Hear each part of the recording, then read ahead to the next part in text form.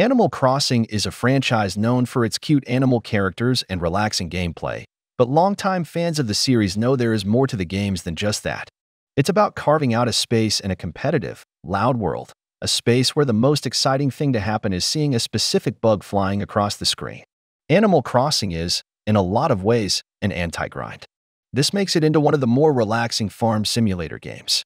Animal Crossing Wild World was the series' first departure into handheld territory, and the game brought with it several innovations while staying true to the GameCube original. Even if City Folk went back to consoles, Wild World would inspire New Leaf and New Horizons after it. The franchise has stayed popular, but a lot of the more recent changes to the series, terraforming, for instance, have brought clutter to a franchise that was always intended to soothe. Wild World made multiplayer enjoyable. Animal Crossing for the GameCube had ambitious expectations for multiplayer, but that was to be expected with the technology of that era. Players could visit each other if they remembered to bring their memory card, and more often than not, this was simply a good way to see a favorite, or least favorite, villager move out. With the Nintendo DS came online functionality. Players could visit each other using the internet rather than having to meet in person. Multiplayer is still a large part of Animal Crossing today, and while the single-player mode is just as enjoyable, it just can't compare to repeatedly whacking a friend in the head with a bug net. Animal Crossing Wild World made multiplayer convenient for both the host and the visitor. Without that convenience, the appeal of visiting another town wouldn't have lasted for as long as it has. Multiplayer was the heart of Wild World, and even Nukingtons is locked behind a visitor purchasing something from Tom Nook's store. The box art features multiplayer prominently, as does most of the promotional art. For 2005, Wild World's multiplayer was pretty revolutionary, and the developers knew it. Sending mail to a friend, sharing patterns, convincing a dreamie to move into the player's town, it was all part of a carefully crafted experience that would one day shape New Horizons as it is today. Even after that game came out, however, its predecessor was still the best Animal Crossing game. Wild World was simpler. It's easy to admit that Animal Crossing New Horizons has more to do. The bills owed to Tom Nook are larger, so the player must obtain more money to pay them off. There are more insects, fish, fossils, and deep-sea creatures to collect, as well as furniture, accessories, and clothing. There are Nook Miles and chore to earn Nook Miles, and Nook Miles tickets to grind if a player wants to find one of their favorite villagers. Houses can be relocated, paths rebuilt, terrain sculpted and unsculpted until it's just right. Different NPCs visit on different days with paintings, bugs to assess, turnips to sell, or other wares. These things are all enjoyable and make the game a pleasure to play daily. Still, it's also impossible to deny the fact that the older Animal Crossing games were simpler and enjoyable in that simplicity. When there's nothing to do, the player wanders. When this happens, players might encounter the villagers living on their small map. The beauty of Animal Crossing Wild World is here, as each interaction gives the NPCs with something new to say, a game to play, or a quiz to answer. Villagers in Wild World have a lot of dialogue, and they're also more patient than their New Horizons counterparts, who will comment that someone's feeling chatty after speaking to them twice. Wandering around with no chores and doing what comes to mind makes Wild World's gameplay. This is also what makes it the best Animal Crossing game. Wild World brought several innovations. Of course, the Wii U doesn't represent Nintendo's finest hour, but the quirky system did serve as a sort of prototype for everything the Switch would be. It deserves its due for that, at least. What else does the Wii U deserve its due for?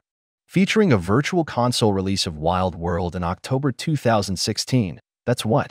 Newer fans who hadn't played this genre classic could then do so, while those who may have forgotten all about it otherwise found it fresh in their memories once more.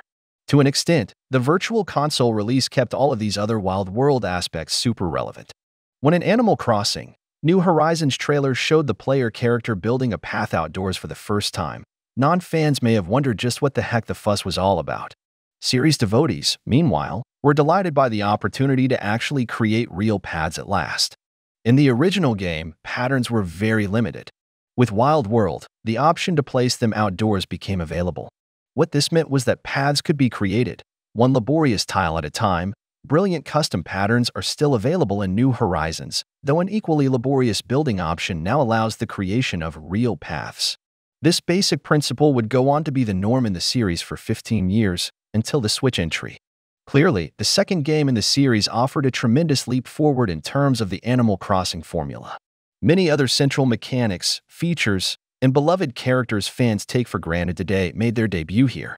The much-beloved Brewster, still yet to be added to New Horizons, outrageously first appeared here, as did the delightful scrolling background system that defines the player's traversal of their town. In the first game, the environment was divided into clunky acres. The look and feel of towns, iconic NPCs, and so much more owe their existence to Wild World, perhaps the most influential title in Animal Crossing history. Generally speaking, Animal Crossing doesn't tend to be a series that players enjoy for hours-long sessions. It's a quick dip-in and dip-out experience for the most part, well-suited to quick daily sessions. Equally well-suited for play on handheld devices. Then, players of New Horizons might well find themselves enjoying the game more often in handheld mode, perhaps tending to their plants and visiting special characters in bed before settling down to sleep. With all of this in mind, Wild World's greatest addition to the franchise may simply have been portability by virtue of the console it released for. In making the animal villagers far more interesting and interactive, Wild World gave players a genuine reason to spend time with them. Their hilarious and priceless dialogue is more than reason enough, but let's not forget another fantastic addition the DS game made to the series: villager photos. When the player develops a close enough friendship with a particular villager, the cat/goat/rhino/bear/etc. in question will eventually give them a framed photo of themselves as a sign of their bond. These can take quite some time to acquire and are some of the most prized items in the series. The feeling of finally earning a favorite villager's picture, even the richest billionaires can't buy these, for the first time on DS was enough to make Wild World many players' favorite game in the series forever. What is the Animal Crossing experience really about? The player character themselves? The special characters? The town? The events? The villagers who inhabit the town along with their new human friend? It's a combination of all of these things and more, really, but a lot of fans place the villagers first. The series' wide and quirky selection of anthropomorphic animals are a major draw. From conventional critters like cats and dogs to more outlandish animals like octopi and anteaters. There are a lot of different species and each individual is very different. Really, it was Wild World that brought them to life and made them far more interesting to interact with. The original's villagers weren't very active, but the second title in the series gave them more purpose and personality. Animal Crossing launched on the GameCube in Japan in 2001. At the time, multiplayer was strictly a split-screen couch affair only, which wasn't really workable at all where Animal Crossing was concerned.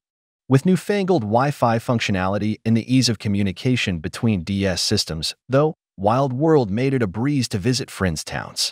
The multiplayer system has been based on this title, more or less, ever since. It's no secret that Nintendo are notorious for being a little behind the times when it comes to online services and functionality. Their approach in this area has always been tentative, but Wild World pioneered online play in the franchise. In fact, it was one of their very first Wi-Fi-enabled titles ever, behind only Mario Kart DS. Memories of these first multiplayer sessions still have a special place in the hearts of franchise fans around the world. A lot of series fans are keen virtual gardeners. They spend countless hours meticulously arranging beautiful flowers, even going so far as to carefully crossbreed them for exclusive colors to get those patterns just right. Even if players aren't that committed to flower arrangement, they've surely indulged in some balloon popping with their slingshots. Either way, it's Wild World that's to thank for both of these crucial Animal Crossing mechanics, having introduced both of these tools for the first time.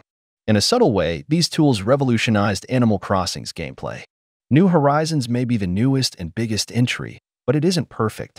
In fact, it doesn't have certain features from earlier in the series.